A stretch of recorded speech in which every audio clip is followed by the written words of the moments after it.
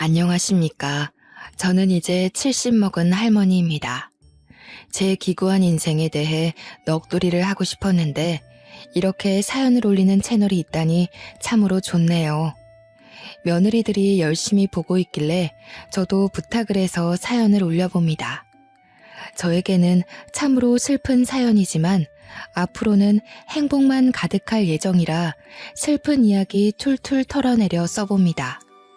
말주변 머리가 없어 며느리들이 글을 대신 써주느랴 고생이겠지만 나중에 맛있는 거 사주면 되겠죠? 저는 아주 평범하게 자랐습니다. 작게 인쇄소를 하시던 아버지 밑에서 잉크 냄새를 맡으면서 자랐습니다. 어머니께서는 손이 넉넉하신 분이셔서 늘 만든 음식들을 사람들에게 베풀며 살아오셨습니다. 엄청나게 부유했던 집은 아니지만 아버지의 일거리가 끊임이 없었기에 가난에 허덕이는 일 없이 잘 먹고 무럭무럭 자랐습니다. 아버지께서는 늘 저에게 좋은 사람 만나서 시집을 잘 가야 한다고 했었습니다. 그때만 해도 여자가 일을 하면 남자가 놀고 먹는 한량인가 하는 소리를 들었다고 했습니다. 자고로 굶겨 죽이지 않을 남자와 결혼해서 아들, 딸 많이 낳고 살아야 복이 있다는 소리를 듣는다고 했죠. 어머니께서도 아이를 많이 낳아 다복한 가정을 이루고 싶어 하셨었지만 저를 낳고 몸이 안 좋아지시는 바람에 아이를 더 갖지 못하게 되셨다고 했습니다. 하나뿐인 딸이기에 얼마나 애지중지 키웠겠습니까? 그런 저에게 소위 말하는 좋은 남자가 생겼고 양가의 축복 아래 결혼도 하게 되었습니다.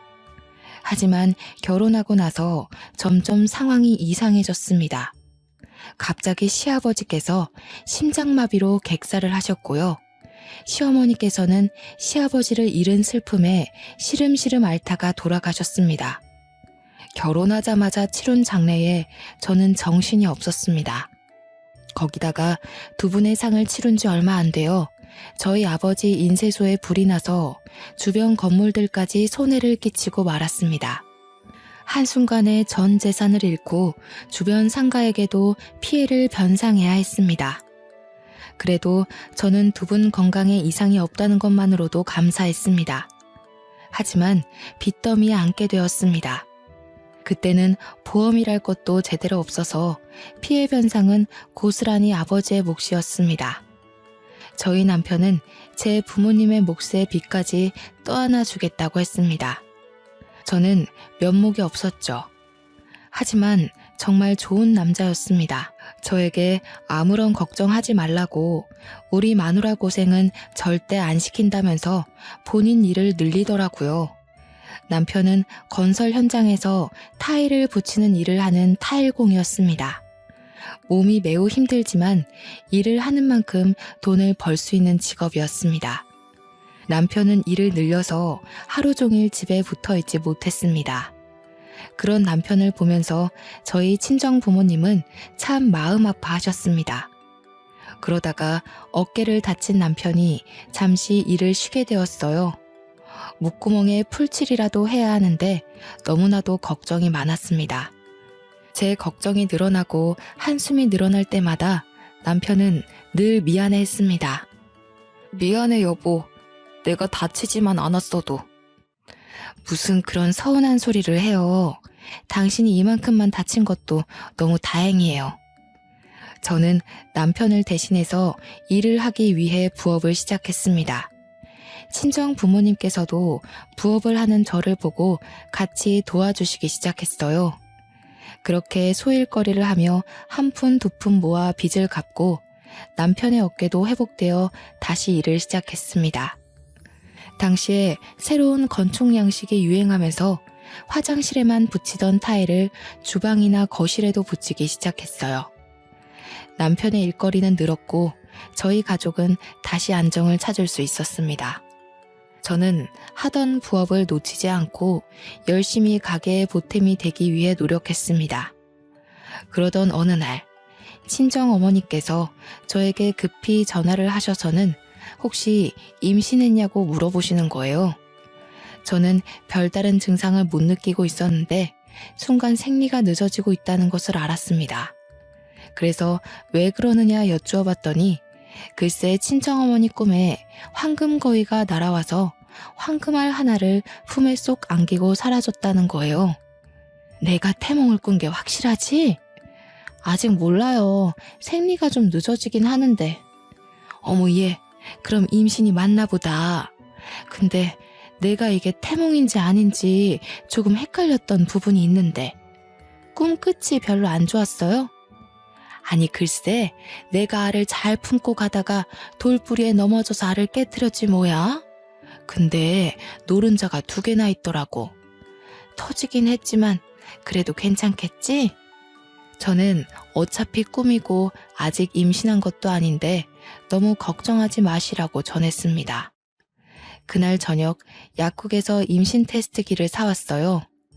약사님께서 아침 첫 소변으로 하는 게 가장 정확하다고 하셔서 다음날 아침까지 기다렸습니다.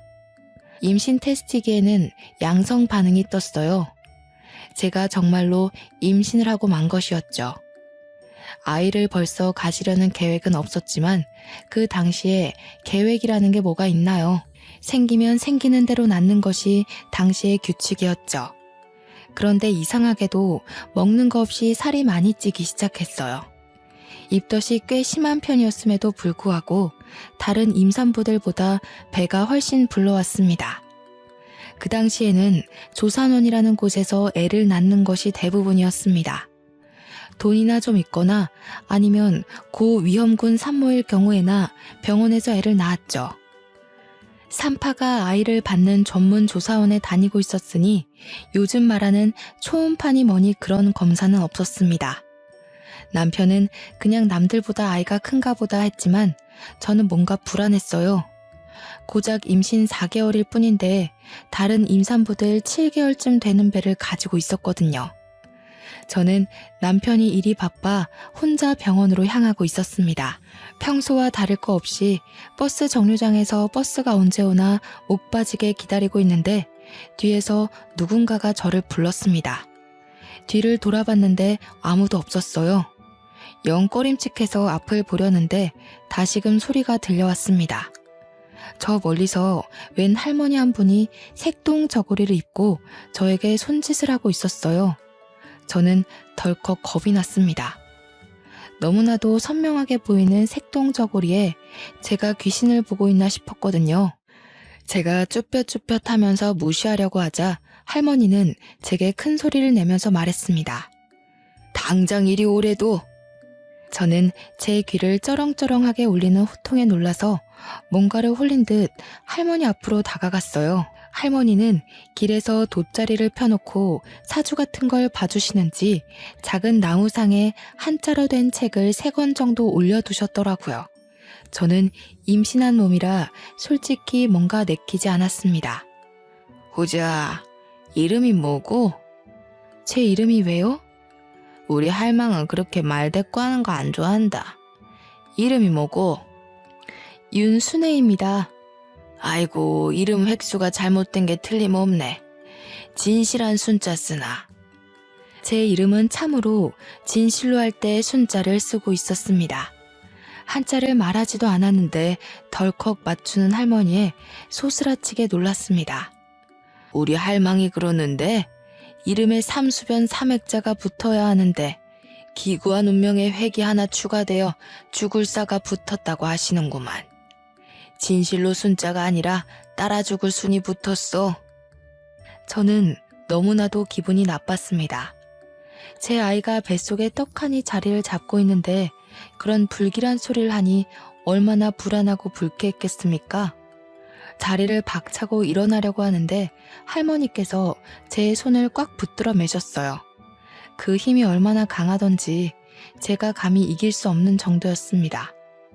갑자기 눈알을 확 뒤집었다가 푸시더니 제 눈을 똑바로 쳐다보고 제 배를 뚫어져라 보셨습니다.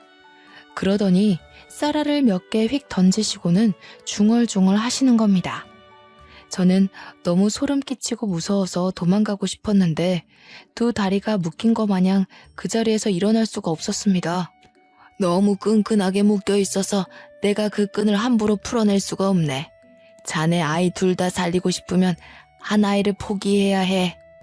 아이 둘 다 살리고 싶으면? 그게 무슨 소리래요? 뱃속의 아이 말이야. 쌍둥이를 가졌잖아. 저는 그제서야 제 배가 왜 남들보다 큰지 이해가 갔습니다. 병원에 가서 정확하게 검사한 것은 아니지만 어머니의 태몽에서 쌍란이 나온 것도 그렇고 지금 할머니께서 쌍둥이라고 하는 것도 그렇고 말이죠. 저는 뭔가 깨달음을 얻은 듯한 얼굴을 했지만 그럼에도 불구하고 의문이 남았습니다. 제가 쌍둥이를 가졌을 수도 있지만 둘 다 살리고 싶으면 한 아이를 포기하라는 게 무슨 소리세요? 우리 할망이 자세하게 말해주면 운명이 바뀐다고 했는데 자네 인생이 기구해서 내가 조금 더 풀어주지. 뱃속의 쌍둥이 명이 짧아 따라 죽을 운명이란 말이다 이거야. 저는 점점 듣는 게 거북해졌습니다. 아직 태어나지도 않은 아이들에게 저주를 퍼부어도 너무 심하게 붙는 것 같았습니다. 할망인지 뭔지가 귀신인지 신인지 모르겠지만 우리 아이에게 저주를 붓는 것만 같았어요. 애 둘 다 낳을 생각 말고 하나만 낳아. 하나를 일찌감치 지우면 그 수명이 다른 쌍둥이에게 붙어서 오래오래 살 거요. 아니, 무슨 그런 저주를 퍼부으세요? 저주라니. 내 말을 들어야 다들 오래 살 수 있어. 그 아들이 따라 죽을 업보를 타고 태어나는 거니까. 내 말 들어. 할머니 너무해요. 태어나지도 않은 아이들한테. 내가 뭘 했어. 저 업보를 타고난 인간들은 내 말을 듣지 않는데도. 갑자기 목소리가 바뀐 할머니는 저를 확 째려보셨습니다. 이전까지는 호통은 치셔도 눈빛은 안타까워하는 눈빛이셨는데 지금은 눈빛에 도끼가 가득했어요. 자식은 물론이고 다른 사람도 살고 싶으면 애 하나를 버려. 그러면 그 수명 골고루 나눠 먹을 테니. 그러더니 할머니는 저의 다른 말들을 모두 무시한 채 나무 탁상을 탁탁 챙기고 돗자리를 휘리릭 말아서 들고는 골목 끝으로 사라졌습니다. 저는 멍하니 사라지는 할머니의 뒷모습을 바라보았어요. 그러다가 정신을 차리니 제가 뭘 하고 있었는지를 모르겠더라고요. 홀렸다는 말의 뜻을 정확하게 알 수 있는 순간이었습니다. 저는 원래의 목적대로 산부인과에 가기 위해서 버스에 올라탔습니다. 버스를 타고 병원으로 가는 내내 속이 울렁울렁 거리더라고요. 가까스로 정신을 부여잡고 병원에 도착해서 검사를 마치니 정말로 쌍둥이가 뱃속에 있다지 뭐예요. 참말로 신기한 경험이 아닐 수 없습니다. 친정엄마가 꾸신 꿈도 그렇고 점쟁이로 보여지는 할머니도 그렇고 모두들 저에게 쌍둥이에 관련된 이야기를 해주셨으니까요. 그런데 쌍둥이인 걸 알자마자 제 마음속에 불안의 촛불이 탁 켜졌습니다. 쌍둥이 명이 짧아 따라 죽을 운명이란 말이다. 저는 서둘러 동네로 왔습니다. 그리고는 점쟁이 할머니가 있었던 그 자리로 달려갔어요. 하지만 할머니의 흔적은 그 어디에도 없었습니다. 저는 지푸라기라도 잡는 심정으로 할머니를 아는 사람들을 찾기 시작했어요. 근처 상인들이라면 충분히 알고도 남았을 것이라고 생각했습니다. 저기요, 과일 가게 아주머니. 여기서 앉아서 점을 보시던 색동옷 입은 할머니 못 보셨어요? 어머 세댁, 무슨 꿈이라도 꿨어? 이 근처에는 그런 점쟁이 할멈 없어. 내가 여기서 장사를 10년 넘게 했는데 그런 할머니는 못 봤는걸? 아까 한 2시간 전만 해도 있었는데 참말로 못 보셨어요? 색동옷을 입었으면 눈에 딱 띄었을 텐데 난 못 봤어. 여기서 색동옷 입고 앉아 있었다가는 미친 사람으로 오해받기 딱 쉽지. 나도 그런 할머니는 본 적이 있는데 새댁이 잘못 본 거 아니야? 저짝 골목 끝으로 가면 무당집이 하나 있긴 한디. 근데 뱃속에 애도 있으면서 귀신이라도 붙어오면 어떡해? 저는 마지막 상인분의 말씀을 기억해두고 골목 끝에 있는 무당집을 찾아갔습니다. 임신해서 부른 배를 하고 들어가기 조금 무서웠지만 금방 점쟁이가 버선발로 나와 저를 맞이해 주었습니다. 하지만 제가 낮에 봤던 할머니가 아니었어요. 저는 점을 보지 않겠다고 하고는 다시 나왔습니다. 그 이후로도 며칠을 버스 정류장 앞에서 할머니가 앉아있던 곳을 바라보며 기다렸지만 그 할머니는 영영 나타나지 않았습니다. 정말 소름이 쫙 돋았어요. 그 할머니는 도대체 어디서 나타나 저에게 말을 걸고 사라진 걸까요? 뱃속에 제 아이가 쌍둥이라는 것은 어떻게 알았을까요? 저는 좋은 것만 생각하기로 결심했습니다. 나쁜 기억들은 모두 지우기로 했어요. 그저 제가 아이들을 더욱 잘 살피고 위험하지 않게만 키우면 될 것이라고 생각했습니다. 시간이 흐르고 흘러 조산원에서 저는 쌍둥이를 낳았습니다. 꼬박 20시간이 넘는 진통 끝에 자연분만을 했고 둘째 아이가 조금 늦게 나오는 바람에 덜컥 겁을 먹었지만 능숙하신 조산사가 아이를 잘 꺼내주었습니다. 둘 다 일란성 쌍둥이로 아들이었는데 너무너무 예쁘고 귀여웠습니다. 남편은 타일 일로 바쁜 와중에도 아이들을 보느랴 시간 가는 줄 몰랐습니다. 더군다나 제가 난산이었기 때문에 제 몸까지 살펴주느라 정말 고생이 많았어요. 처음 출산이다 보니 모르는 게 너무나도 많았습니다. 우리 아이가 왜 우는지 이유조차 모르면서 그저 끌어안고 달래기 바빴습니다. 친정 어머니께서 도와주지 않으셨다면 정말 하루가 어떻게 흘러가는지도 모르는 채 살았을 거예요. 가끔은 너무 울어대는 쌍둥이들 탓에 정신이 나갈 것 같았지만 그럼에도 내 새끼라 그런지 정말 예뻤습니다. 잘 때는 또 얼마나 천사 같던지요. 아이를 키우며 정신없이 살았습니다. 너무 정신이 없어서 저희 친정아버지께서 암에 걸렸다는 사실도 모를 정도로 말이죠. 저희 쌍둥이가 돌이 채 되기도 전에 친정아버지는 암이 급격하게 번져서 돌아가시고 말았습니다. 수술이건 항암이건 손을 쓸 사이도 없이 그렇게 갑자기 말이에요. 아버지는 우리 아이들이 밥을 얼마나 잘 먹는지, 걸음마를 언제 뗐는지 엄마 아빠 하고 부르는 것도 모른 채 돌아가셨습니다. 저희 친정 어머니께서는 결국 외로움을 견디지 못하시고 저희와 합가를 하게 되었습니다. 합가를 하는 동안 아이들을 얼마나 극진히 보살펴 주셨는지 몰라요. 하지만 아이들의 웃음소리가 끊이지 않고 들려도 마음 한구석에 깊이 자리 잡은 외로움은 어떻게 채울 수가 없었습니다. 아이들이 커가는 속도가 참 빠르잖아요. 저희 어머니의 늙는 속도도 참 빨랐습니다. 어느 날부턴가 멍하니 창밖을 보면서 제게 말씀하셨어요. 나는 섬에 가서 살고 싶었어. 바다도 보고 산도 보면서 공기 맑은 곳에서 네 아버지와 그렇게 늙어가고 싶었지. 매일 아침마다 저에게 똑같은 소리를 반복하셨어요. 저는 그것이 아버지를 그리워하는 마음인 줄 알았는데 아니었습니다. 가끔은 요리를 하시다가 냄비를 태워 먹기도 하고 어느 날은 집이 몇 호였는지를 헤매기도 하셨지만 저는 별 대수롭지 않게 생각했습니다. 그러다가 아이들이 어린이집에 갈 나이가 되었고 남편은 타일 시공을 직접 하지는 않지만 현장에 계속 나가 있느라 바쁜 와중이었죠. 저는 친구들과 약속이 있어 어머니께 아이들을 하원시켜달라 말씀을 드렸습니다. 어머니는 4시까지 꼭 데리러 가겠다고 하셨지만 저는 친구들을 만나다가 어린이집에서 전화가 걸려와 황급히 집으로 가야 했어요. 어머니, 쌍둥이들 하원 시간이 넘었는데도 안 오셔서요. 그때는 이미 저녁 6시를 넘긴 시간이었습니다. 저는 놀래서 어린이집으로 달려갔고 아이들을 하원시켰습니다. 어머니께 무슨 일이 일어난 건가 싶어서 전화를 걸어보았지만 받지 않으셨어요. 놀란 마음을 부여잡고 집으로 가니 어머니께서 또 멍하니 창밖을 바라보고 계셨습니다. 엄마, 왔니? 그 아이들은 누구니? 저는 소스라치게 놀랐습니다. 어머니는 치매가 오신 거였어요. 그동안 수많은 증상이 있었음에도 불구하고 저는 제가 사는 게 바빠서 그걸 알아차리지 못한 것이었어요.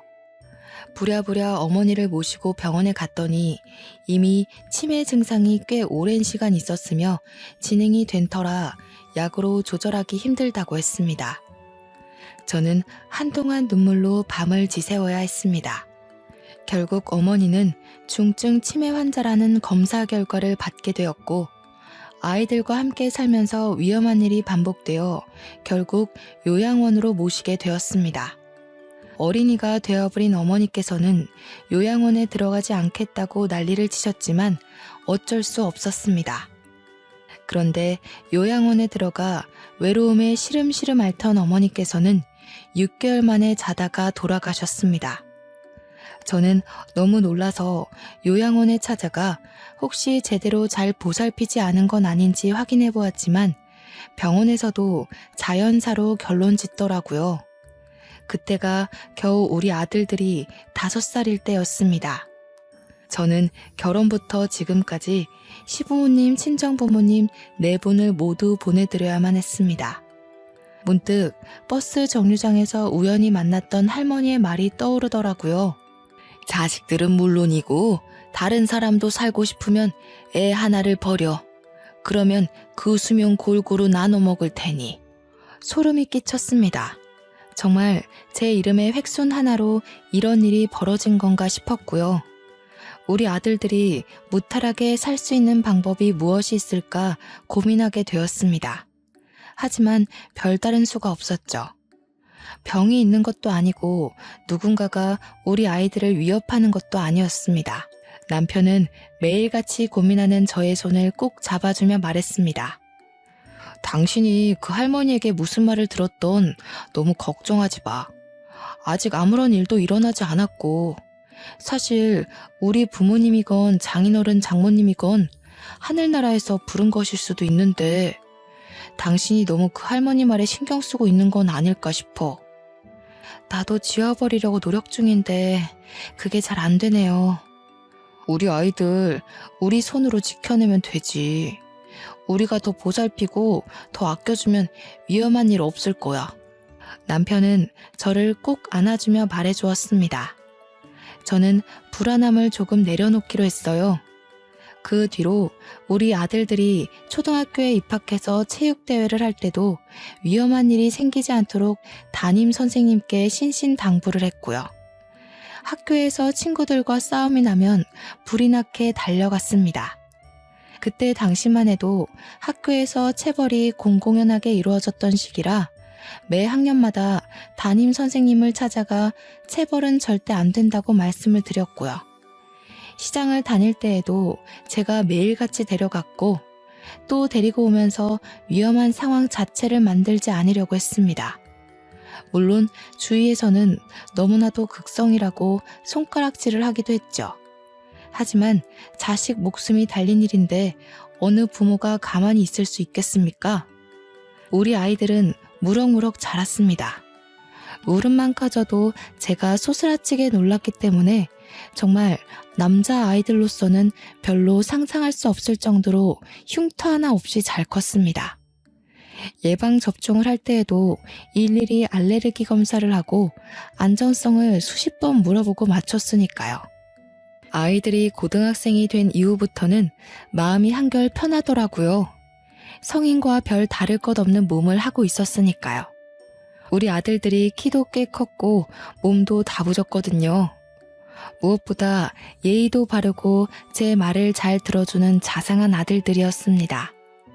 정말 아픈 데 하나 없이 다치는 데 하나 없이 잘 자라주었습니다. 저는 평온한 일상이 반복되자 점쟁이 할머니의 말을 완전히 까먹어버렸습니다. 그도 그럴 게 수능도 잘 치렀고 대학도 둘 다 원하던 학과에 붙었거든요. 대학생이 되어 초반에 놀러 다니느랴 집에 잘 안 들어왔을 때는 조금 걱정이 되었지만 아들들은 걱정 말라고 했습니다. 그렇게 제일 걱정이던 군대도 잘 다녀오고 대학도 졸업하고 둘 다 취직이 되었을 땐 저와 남편 모두 안심했습니다. 남편은 저에게 웃으며 놀리기까지 했죠.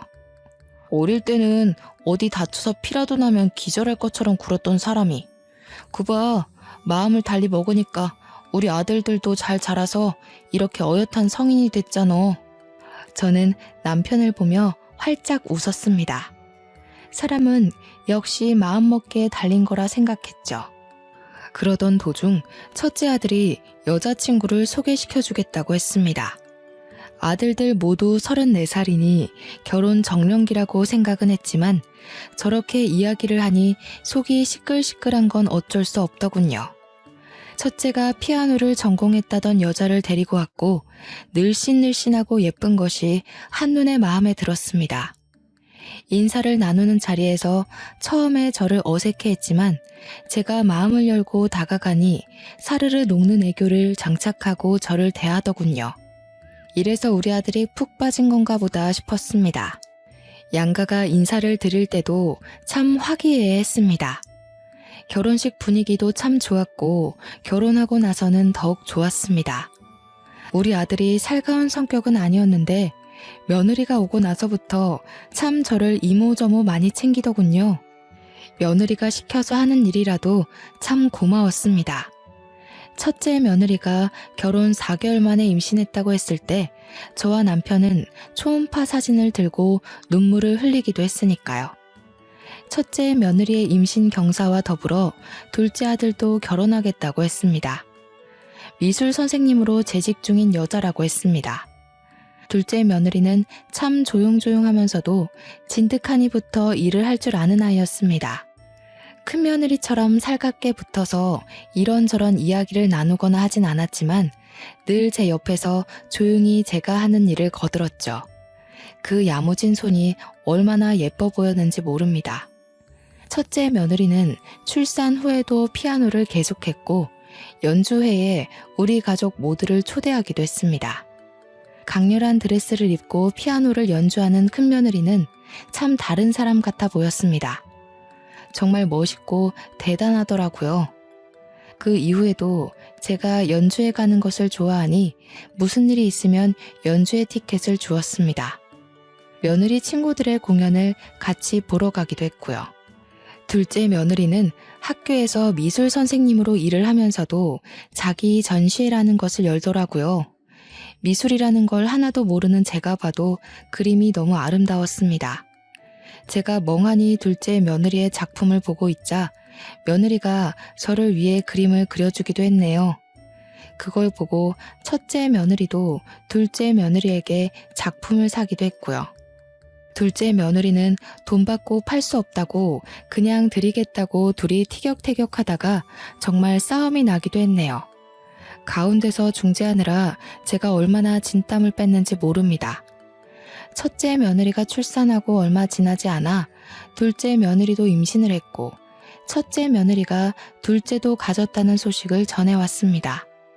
한순간에 대가족이 되어버려 저와 남편은 정신이 없었죠. 첫째 며느리가 아이를 봐달라고 하면 한달음에 달려가 아이를 돌봐주기도 했고 제가 먼저 아이를 돌봐줄 테니 목욕탕이라도 가서 때라도 밀고 오라고 할 때도 있었습니다. 그럴 때마다 같이 못 가서 아쉽다는 며느리를 어찌 예뻐하지 않을 수가 있을까요? 정말 고부간의 갈등이라는 건 하나도 겪어본 적이 없습니다. 첫째네 손주 2명에 둘째네 손주 하나, 이렇게 세 아이를 동시에 돌봐 집안이 난장판이 되어도 참 즐거웠습니다. 며느리들도 저를 얼마나 의지했는지 모릅니다. 그러던 도중 저에게 또 한 번 시련이 찾아왔습니다. 하나뿐인 제 남편이 세상을 떠나버린 것이었습니다. 사고였지만 제 마음은 받아들이기가 힘들더라고요. 아들과 며느리들 손주들까지 할 거 없이 장례식장을 지키고 사돈 댁들도 전부 와서 저를 위로해 주었습니다. 첫째 며느리와 둘째 며느리 모두 남편의 몫까지 저를 챙기겠다고 진심의 눈물을 흘리며 약속했죠. 저는 너무나도 외롭고 쓸쓸했지만 매일같이 전화하고 자주 찾아오는 며느리들 덕에 그 슬픔도 훌훌 털어낼 수 있었습니다.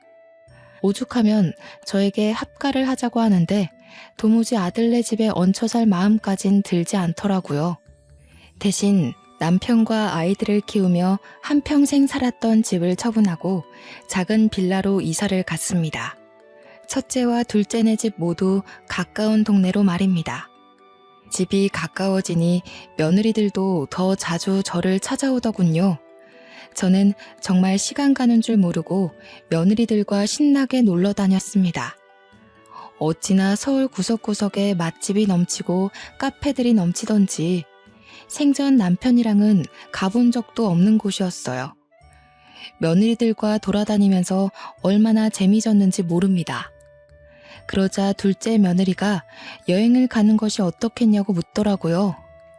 생각해보니 남편이 살아있을 때 전부 다 같이 가족여행을 떠나본 적이 없었던 거예요. 아버님 살아계실 때 갔어야 했는데 너무 아쉽네요. 그래도 이번 여행에서 우리 재밌게 놀다가 와요, 어머님. 맞아요. 제가 고기 하나는 진짜 잘 굽거든요. 형님, 고기는 제가 구울 테니까 집게 탐내지 마세요. 며느리들은 제가 좋다고 하니 바로 강원도에 있는 펜션을 예약하더라고요. 고기도 구워 먹고 물놀이도 할 수 있다면서 아주 좋아했어요.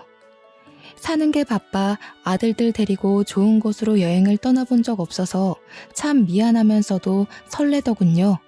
첫째 아들의 둘째 손주와 둘째 아들네 첫째 손주는 너무나도 아기라서 사돈 댁들이 맡아주시겠다고 즐거운 여행 다녀오라 하시더라고요.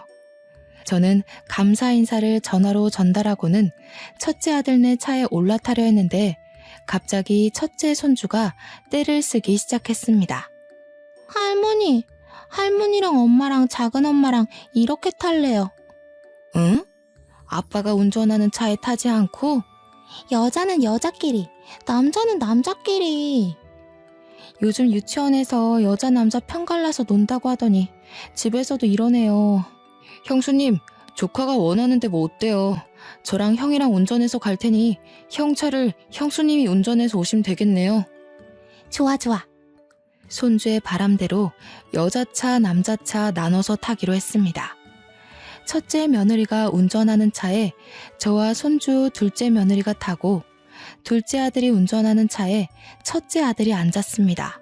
그렇게 강원도 횡성에 있는 펜션에 가기로 하고는 차를 출발해서 한창 고속도로를 타고 있었습니다. 두 번째 휴게소에서 만나자 약속을 했다고 했는데 아무리 기다려도 아들네 차가 도착하지 않았습니다. 불안한 마음에 며느리들이 전화를 해봤지만 둘 다 전화도 받지 않았고요. 모르는 번호로 전화가 걸려오고 나서야 저는 점쟁이의 말이 떠올랐습니다. 온몸에 소름이 돋으면서 다리에 힘이 풀렸고 전화를 받은 첫째 며느리의 표정이 일그러지는 것을 보면서 확신을 했습니다. 둘째 며느리는 영문도 모른 채 주저앉은 저를 부축했고요. 첫째 며느리는 갑자기 온몸을 떨면서 눈물을 흘리기 시작했어요. 저는 그 모습을 보면서 같이 눈물을 흘렸습니다. 남편들 차가 사고가 나서. 네? 형님, 그게 무슨 소리예요? 며느리들과 저는 황급히 병원으로 달려갔고 거기서 싸늘하게 식은 두 아들을 만날 수 있었습니다. 과적제 화물 트럭에서 떨어져 나온 벽돌이 아들 차를 뚫었다고 했습니다. 벽돌을 맞은 둘째 아들은 즉사, 피하려고 차를 틀다가 가드레일을 받은 첫째 아들은 병원으로 이송 도중 사망했다고 하더군요.